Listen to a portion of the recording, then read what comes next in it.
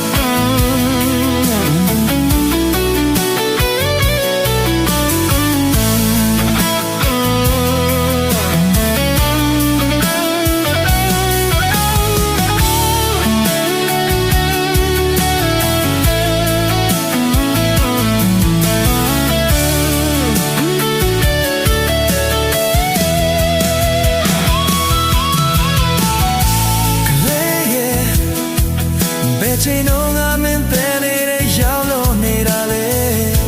ကလေးရဲ့ဟိုးနာလို့လိုက်ခဲ့တဲ့မြတ်သိချင်လို့မင်းနာလဲပါအိုးကလေးရဲ့ဘယ်လိုနေနေမှမင်းလေးနဲ့ခွဲလို့နေနိုင်ဘူး